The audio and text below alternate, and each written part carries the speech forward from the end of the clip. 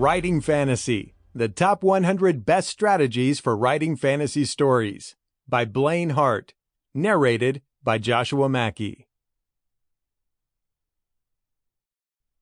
Introduction.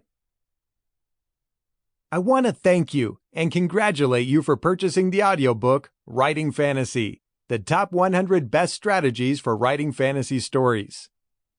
Fantasy is a classic component of fiction, described as a genre that typically includes imagined beings, the use of magic or superpowers, otherworldly settings, or supernatural phenomena. You can also find animals, whether sentient or beastly, original or mythical in fantasy books, along with human-like individuals from multiple races, like goblins, ogres, giants, or elves. Classical fantasy tales are often set during medieval times, while others, bordering on science fiction, take place on different planets and imagined time structures. While I've just described fantasy writing for you in a few short sentences, it's a much broader genre than can be adequately represented by a brief definition. Although some fantasy may appear quite limited, many writers view it as an opportunity to exercise their creativity and experiment with novel characters, imaginative settings, and highly original stories. In many ways, the genre of fantasy is limitless. While fantasy has its roots in ancient mythology and folk tales orally handed down through the generations, its modern form was established and strongly influenced by a fairly obscure Scottish former minister named George MacDonald. MacDonald's first work, Phantastes, established a blurring of the real world by creating an alternate reality that overlaid it. He then peopled it with characters alive and of the afterlife, and melded timeless wisdom seamlessly into its pages. You may not know George MacDonald by name, but you've experienced the results of his innovation. MacDonald is the primary influence of such fantasy authors as J.R.R. Tolkien, Lewis Carroll, and C.S. Lewis. The latter was once heard to remark, "I've never written a book in which I did not quote from him." One element that separates fantasy from any other genre is the suspension of belief.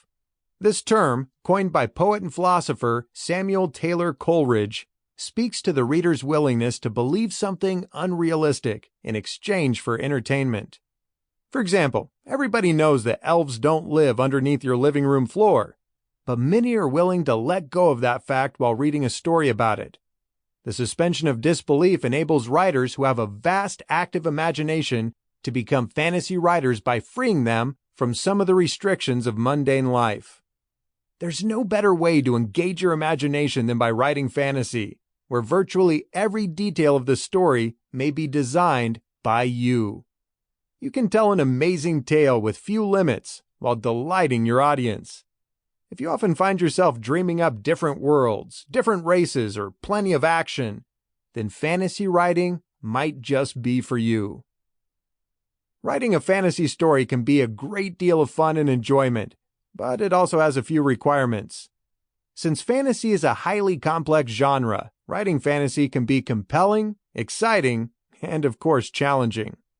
In addition to knowing how to encourage the suspension of disbelief in your readers, a fantasy writer must also have the skills required of all authors: knowing how to write a solid plot and develop engaging conflict. Fantasy differs from other genres in that most stories feature a unique world that the writers often build themselves. Creating a whole new world requires more time and dedication than a non-fantasy tale. Since there are so many unknowns, writers often find themselves spending much time describing and explaining background material. This created material can become quite extensive. Some writers go so far as to choose to create new languages, races, species, weapons, or even physical laws within their story world. This too will take extra time and concentration, first to design and then to present to the reader. Fantasy writing requires more creativity and a higher degree of open-mindedness from its writers than other genres. You'll likely find it necessary to come up with original words and terminology to describe geography. Sample complete. Ready to continue?